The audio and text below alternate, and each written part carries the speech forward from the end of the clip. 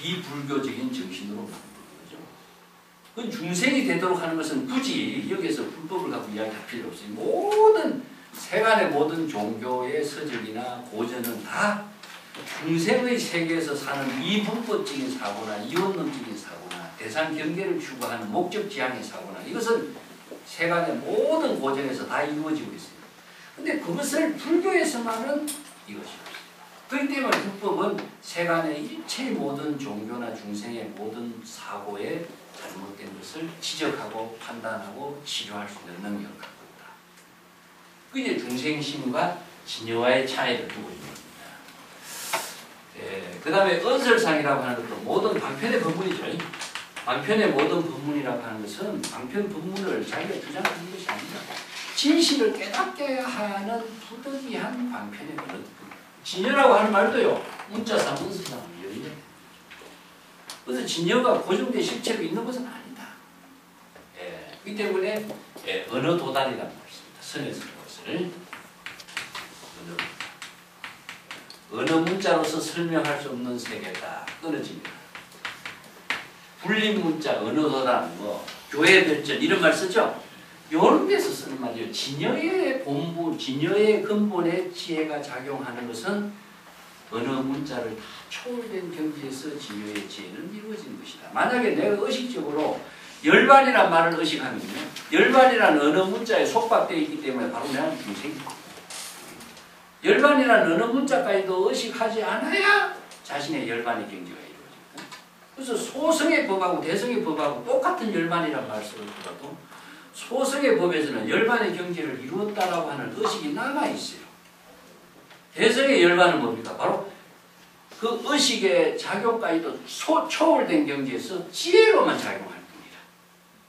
요게 대성의 열반과 소성의 열반의 차이입니다.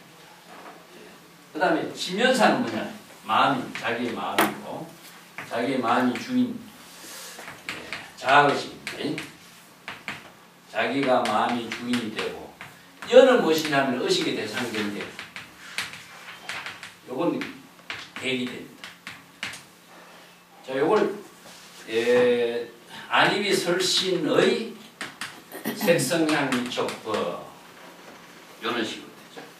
그래서 자신의 마음과 의지와 의식의 대상 경계에 의한 사고가 남아있으면 주객의 대립이 있으면 이건 중생입니다. 이제 한마디 더 심, 의, 식 이 세 가지의 자기의 주관적인 인식을 갖고 있을 적에는 중생이 됩니다. 그래서 마음에 반연하고 있는 대상 경계.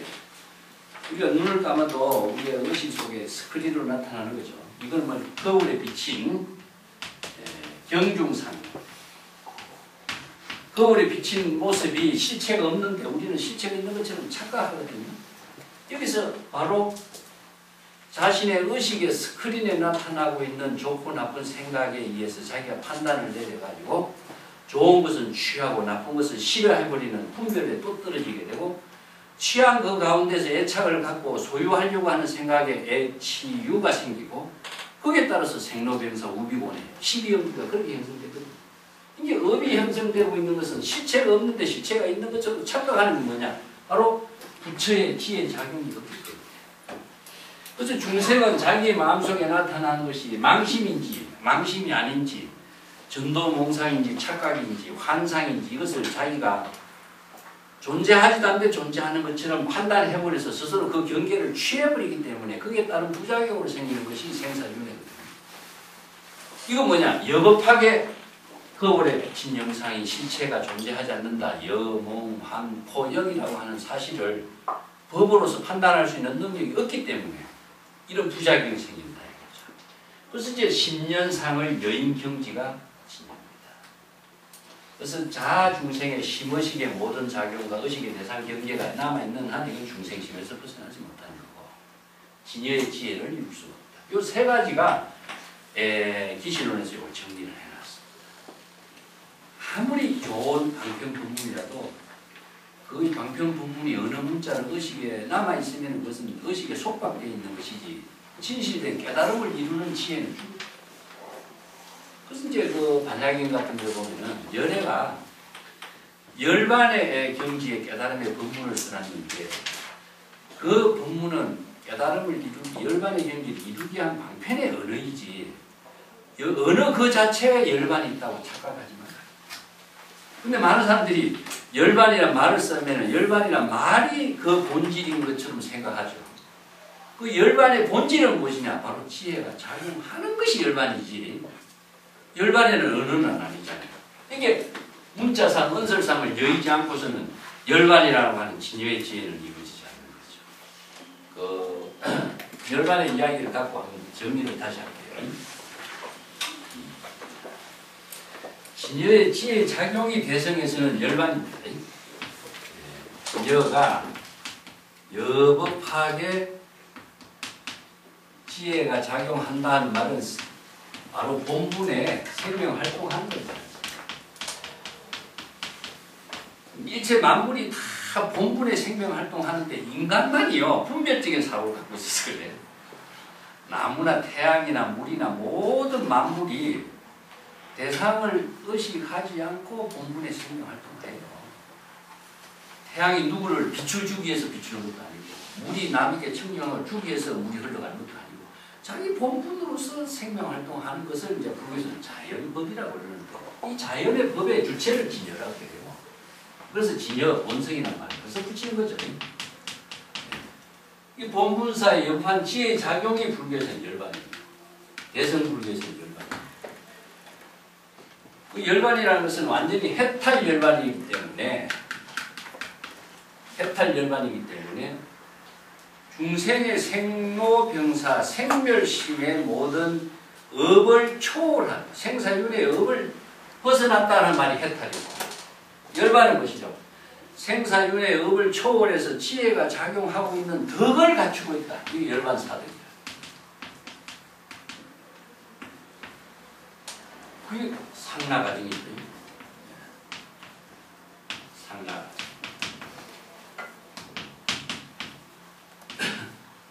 상은 무엇이냐면은 따로 존재하는 열반이 존재하는 것이 아니라 열반의 지혜 작용이 불생불멸이라고 하는 겁니다. 불교의 전문 용어로 쓰는데 생멸을 초월한 작용이거든요. 중생은 어떻습니까? 생멸이 존재죠. 중생이란 말을 내가 여러분 썼지만 많이 생사심을 많은 생멸심을 가지고 있다. 그러니까 많은 생멸심을 가지고 있는 것이 바로 업이 되기 때문에 생사에 윤회하는 업을 많이 짓고 있는 것을 중생이라고 합니다. 이걸 줄여서 중생이라고 합니다. 생사에 윤회하는, 생사윤회하는 많은 업을 짓는 사람을 중생이라고 합니다. 이 때문에 중생은 무엇이냐면은 생사심을, 생사에 윤회하는 업을, 망심을 갖고 있는 것이 중생이고 부처의 지혜작용은 생멸과 생사심이 초월된 경지란 말이에요. 그래서 불생불멸이에요. 우리 반야신경에 불생불멸, 시고, 공중무생무를 가지고 공의 경지가 바로 생사윤회의 모든 망념이 비워졌기 때문에 진여가 되고 여법한 지혜가, 반야의 지혜가 작용하고 열반의 사덕으로서의 덕이 실행되는 거죠. 그러면 낙은 무엇입니까? 고가 소멸된 경지입니다. 낙이 있는 것이 아닙니다. 낙이라는 대상을 추구하면 또 중생이 돼요. 이게 불안, 근심, 걱정, 초조, 두려움이라고 하는 그 정신적인 중생의 모든 고통이 소멸된 거죠. 이건 낙은 굉장히 평상심입니다. 선에서 이야기하는 낙은 평상심이에요. 평상심의 도의 세계가 낙입니다. 무심의 경지가 바로 도의 세계가 그게 낙이에요. 그래서 평상심이 도다. 선생들은 이 한마디로 이야기하죠. 이 도라고 하는 것은 바로 지혜가 작용하는 것이니까 평상심으로 일체의 근심, 걱정, 불안이 없는 그 마음의 지혜가 작용하는 세계가 낙의 세계. 바로 열반 사덕의 세계는 이렇게 평상심으로 이루어져, 본래심으로 이루어져. 이게 본래심을 진여라고 그러죠.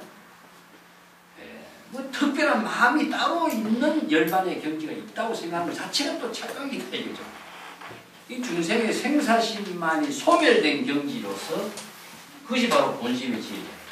아는 것이냐 바로 우리가 참된 진화입니다. 이건 자각의 주체인데 진여의 진화예요.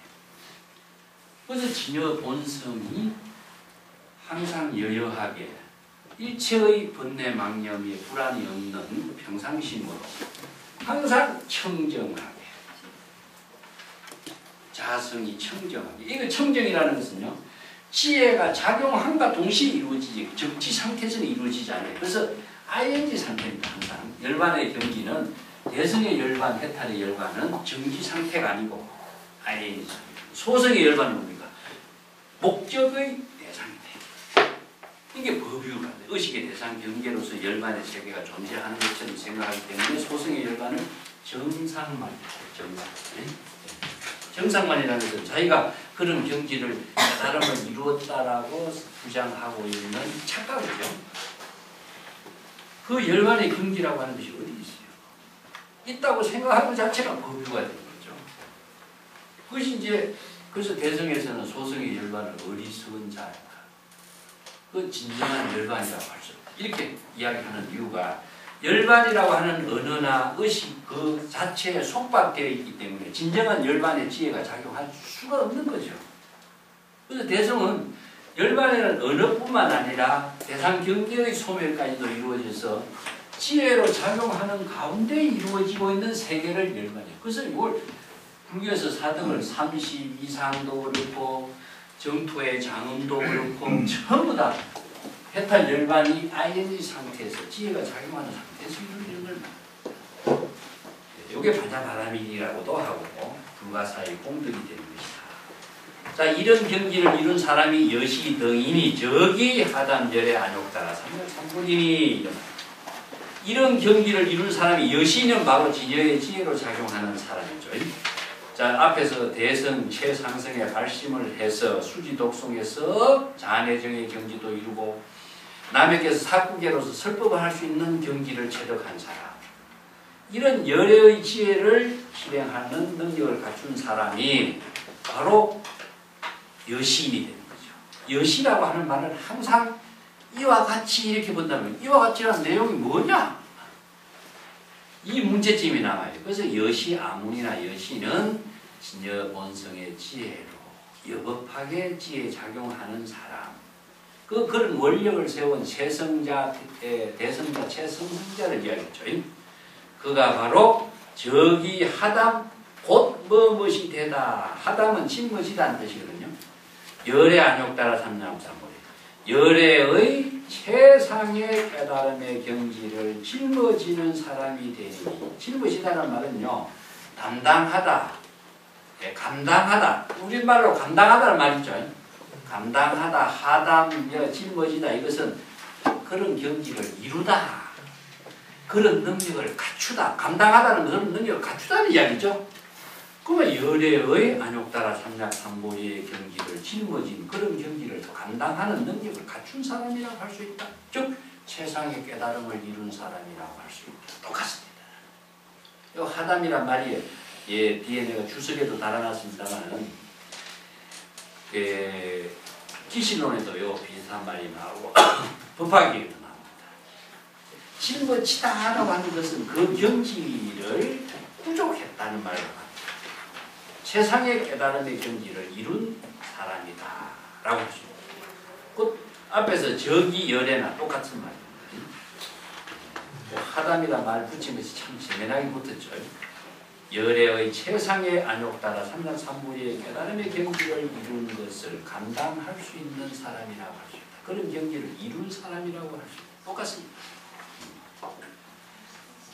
하이고 수보리여 양낙 소법자는 착아인견 착악연견 중생견 수자견 저거 차경의 불능청 수독송 위인해서 여기서 수보리여 만약에 소성의 법에 탐닉하고 이건 낙이라고 하는 것은 여기서 절기다는 말은 탐닉하다 그렇게 보죠.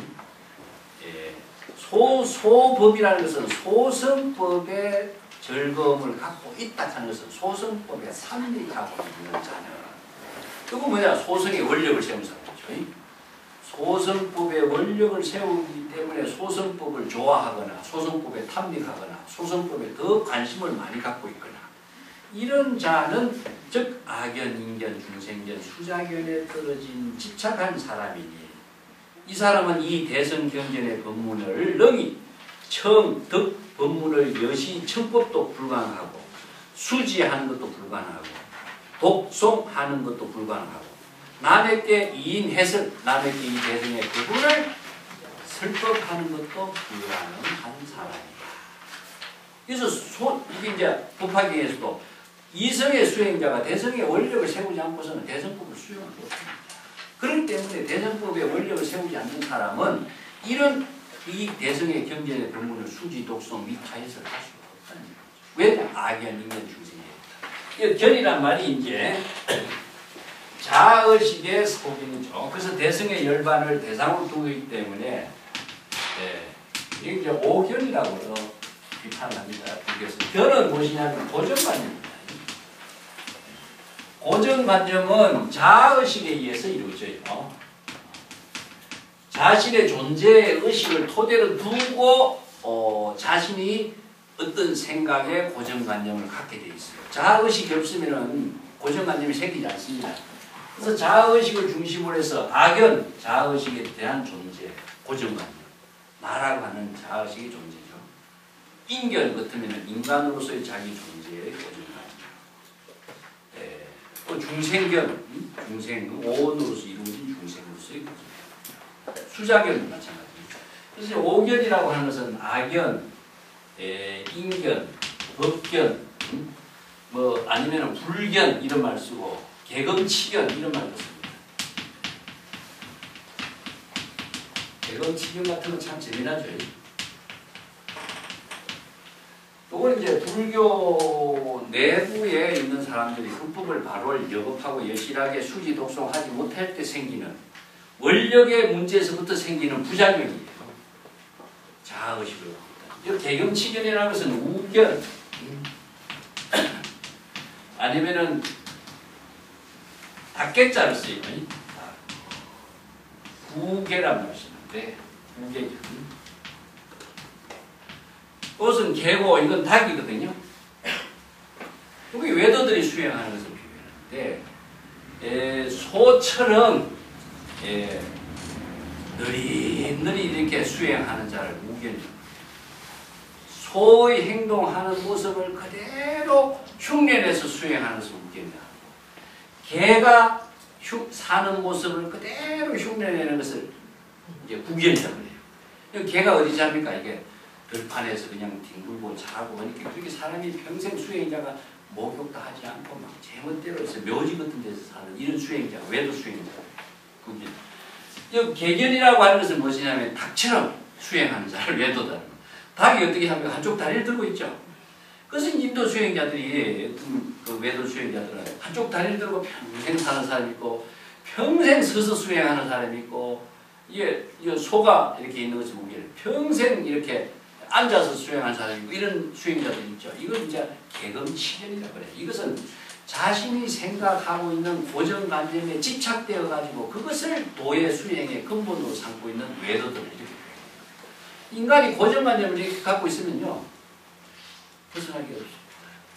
그래서 이게 고정관념을 벗어나도록 하기 위해서 불교에서는 첫 번째로 아상을 비우는 겁니다. 그래서 아상, 인상, 중생상, 수자상을 비우지 않고서는 고정관념에 벗어나지 못하고 중생심에서 벗어나지 못하고 또 진여의 지혜를 이루지 못합니다. 이 금강경에서 처음부터 이거거든요. 그래서 아상, 인상, 중생상을 비우라. 이 사상을 비우는 것에부터 불교 수행은 시작되어야 된다. 이것이 이 금강경에서 한결같은 부분입니다.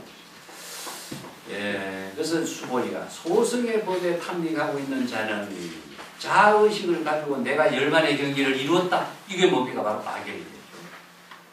그래서 악연, 인견, 중생견, 수자견의 어떤 고정관념에 집착하고 있기 때문에 이 대성의 법문을 수행하지 못해. 그래서 이 경전의 법문을 능히 법문을 듣지도 않고 이 대성의 법문을 원력을 세워서 자신이 잘 받아들여서 대성의 법으로서 자신이 전향할 수 있는 그 말씀을 하지 않는 것이 바로 불능, 청수, 독소입니다.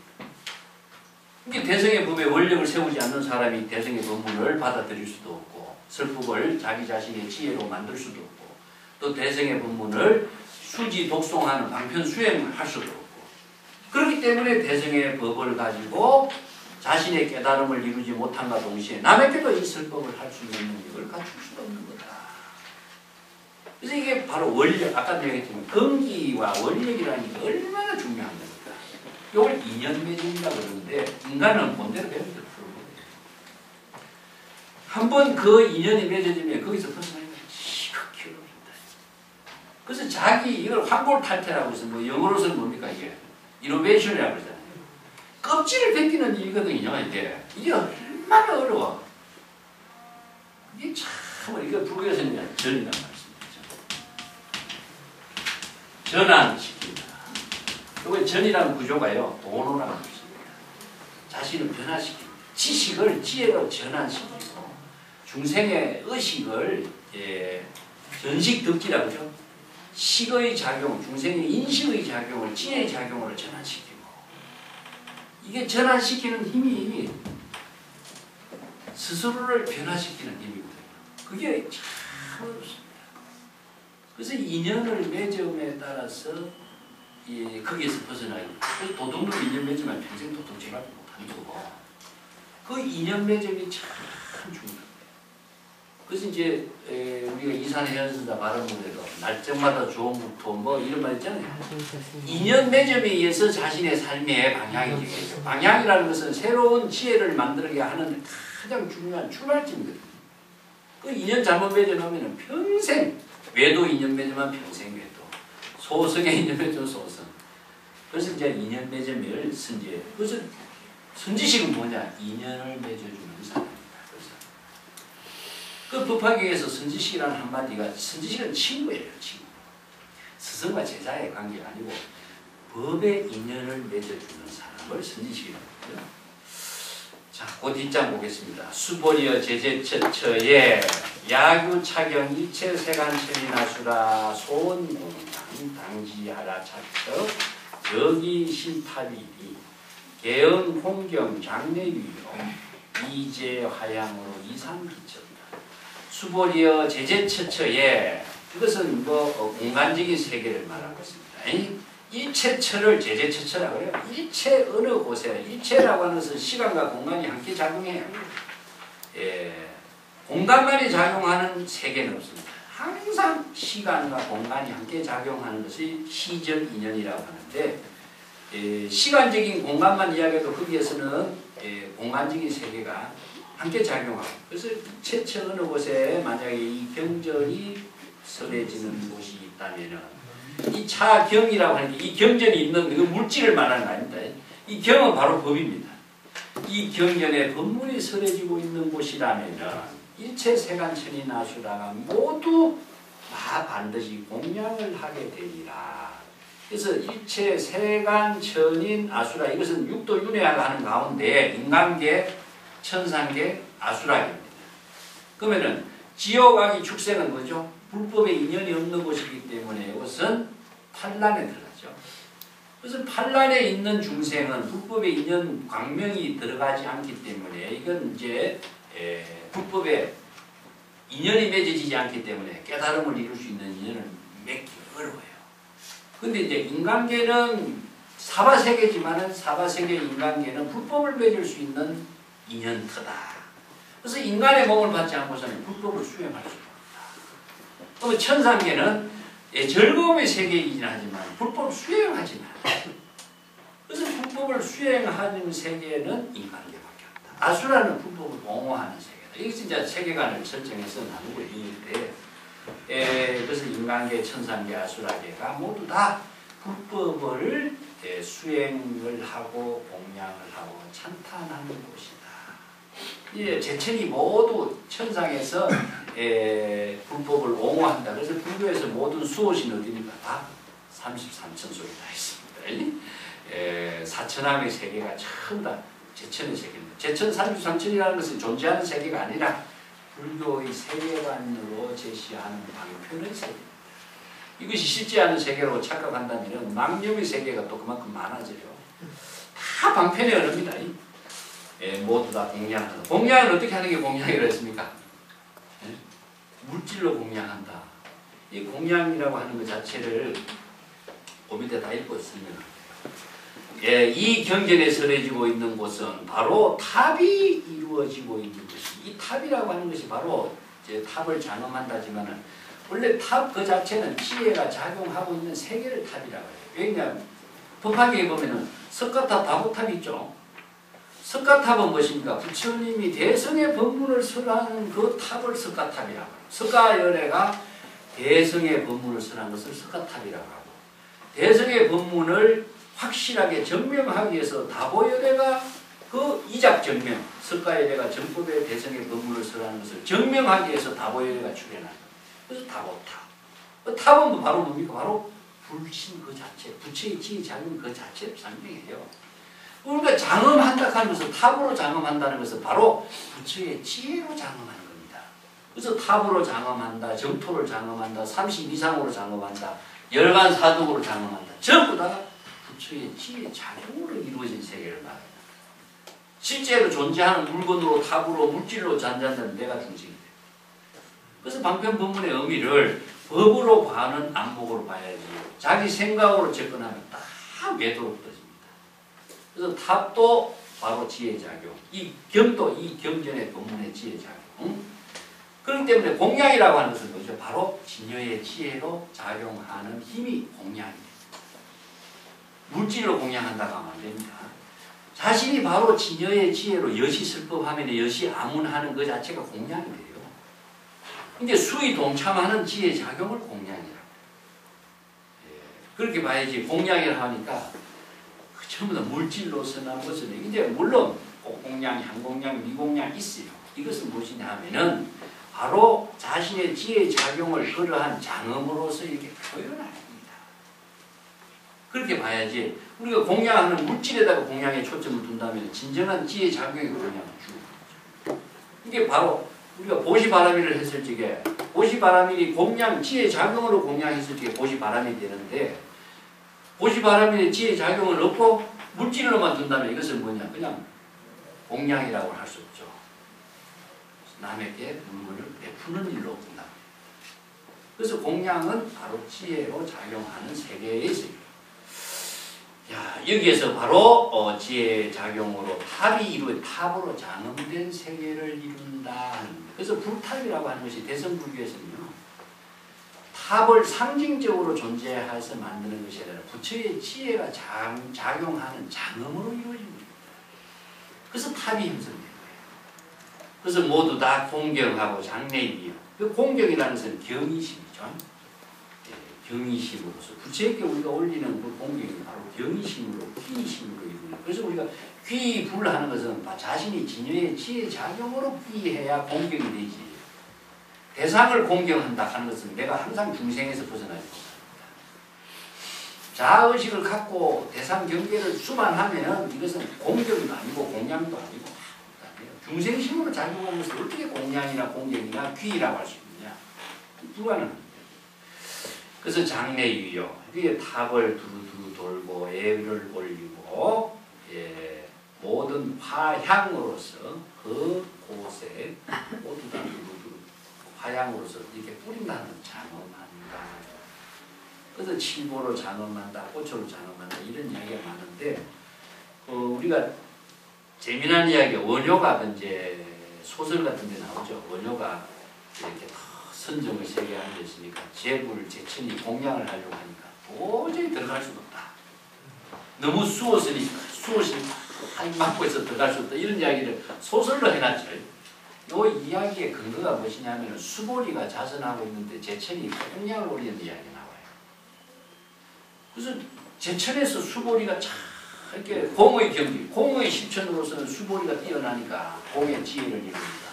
그래서 제천이 훌륭한 공의 지혜, 반야의 지혜를 이루고 있는 수보리를 이렇게 해서 공양을 이루고 있다. 그 모습을 보고 안타깝게 혀를 찬 사람입니다. 그 공식이 있어요. 왜 수보리가 그렇게 꼭공양을 받았는데 흑공신은 왜 아이 수보리야 한심한 사람아 이렇게 혀를 차느냐. 자, 요 이야기하고 이제 선에서 이것을 또 어떻게 하면 우두 법룡선사가 있습니다. 이게 선에서는 이것을 토대로 해서 이제 공안을 두 가지를 만들어요. 우두 법룡이라고 하는 유명한 선생이 있습니다. 이분이 우두종을 형성한 이제 선생인데 이분이 자선하고 있으면은 새들이나 조수, 짐승들이 와서 항상 꽃공양하고 과일 공양을 하는 거예요. 예. 그러다 이제 사조 도신선사를 한번 만난 거예요. 사조 도신선사를 만나가지고 정법의 불법을 전수를 받아요. 정법의 불교를 배우고 난 뒤부터는 이 꽃공양이 싹 끊어져 버려요. 야, 신기하다. 왜 이런 일이 생기는 거야? 이게 선의 공안이에요. 자, 꽃공양을 받는 우두 법령이 사조 도신의 정법을 배우고 났을 때 꽃공양이 왜 끊어지나? 여러분. 네? 자, 이게 제천의 눈에 우두 법령이 자선하고 있는 모습이 보일 때는요, 상으로 보이죠.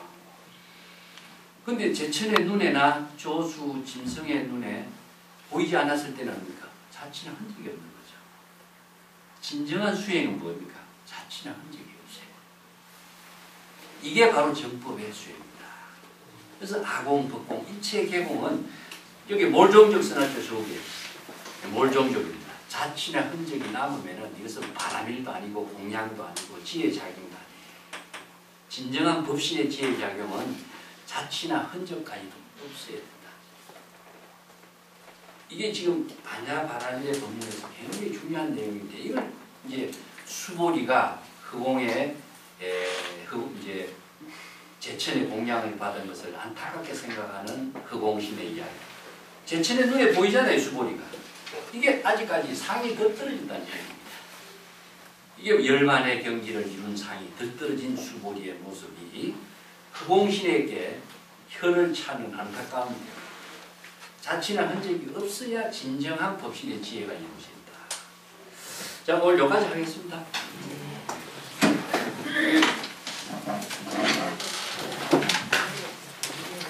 예. 감사합니다. 저기